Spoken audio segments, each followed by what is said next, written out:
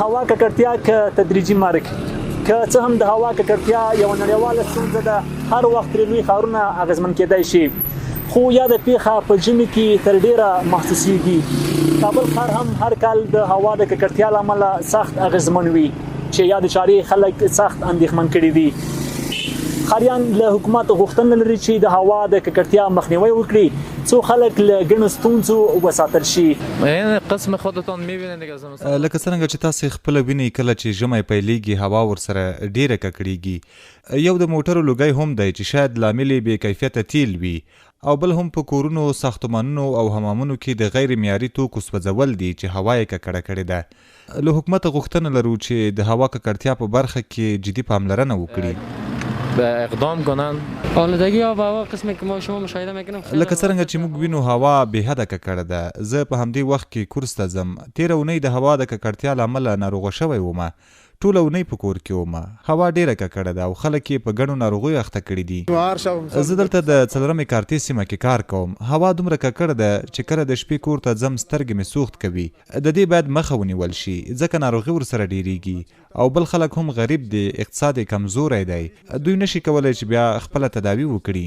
د چاپیریال ساتنې برخې کارپوهان وایي په کابل ښار کې د ډبرو سکارو او ورته نورو غیر معیاري سون توکو څخه بېسارې استفاده د دې لامل شوي چې د هوا په برخه کې ستونزې ډېرې او ککړتیاوې رامنځته کړي. د دوی په خبره کې د هوا ککړونکي منابع کنټرول نشي، په بېلابېلو برخو کې به بدې پایلې ولري. اول چې لامل دا ده چې نفوس د کابل ښار ډیر زیات دی، او بل کابل ښار دغه جوړښت چې د کاسې پر رقم دی. کله چې د خلکو په واسطه د غننې وکیدونکي انرژي لکه زغال سنگ، د ډبرو سکاره او پلاستیک او ربړونه د استفاده کیږي، ځکه ټولنه غریبه ده. موږ غاز او نه وکیدونکي انرژي ته لاسرسی نه لرو خبر کو د شان ته، نو دوی د زغال سنگ نه استفاده کوي، ډبرو سکاره نه استفاده کوي، یا مثلا د ربړ د شان نه استفاده کوي چې د کاربن دای اکساید او نور غازات تولیدوي چې هغه ماښام کې دومره خراب وي هوا چې هغه 15 متره یا 10 متره لاره څوک نشي لیدلی. دا ټوله کې بیا وګورو دغه زاړه موټرونه اوس په افغانستان کې ډېر زاړه شوي ترانسپورت په برخه کې یو لامل یې همدا ترانسپورت هم دی.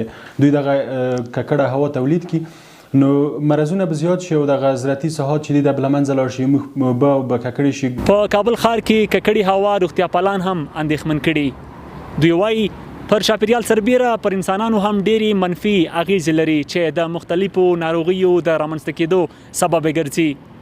روغتیا پالان وایي که چیرې د هوا د ککړتیا مخنیوی ونه شي نو په اوږدمهاله کې د خلکو د مړینې سبب هم ګرځي. ککړه هوا خو داسې نه ده چې صرف د تنفس لارې جذبېږي. پخوا داسې ویل کېده چې دا تنفسي لارو نه جذبېږي، خو اوس وایي چې نه، حتی د سترګو کې هم جذبېدلی شي، د پوستکي له لارې نه هم جذبېدلی شي. نو د دې دپاره بیا موږ داسې ویلی شو چې دا صرف تنفسي امراض نشي تولیدولی. تنفسي امراض، جمع قلبي، جمع عصبي امراض، د نورو سیستمونو امراض تولیدولی شي. د رګونو کې د شریانونو د وریدونو امراض تولیدولی شي. اوسني تحقیقات ریسرچونه دا وایي چې په کال کې تر 80 میلیونه زیات وګړي ژوند له لاسه ورکوي.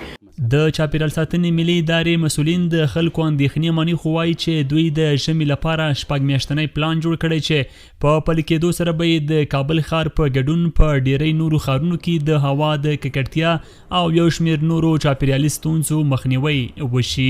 دې دپاره موږ مثلا 15 کلنی پلان جوړ کړی دی چې په هغه کې بیا موږ یو کلنی پلان جوړ کړی دی.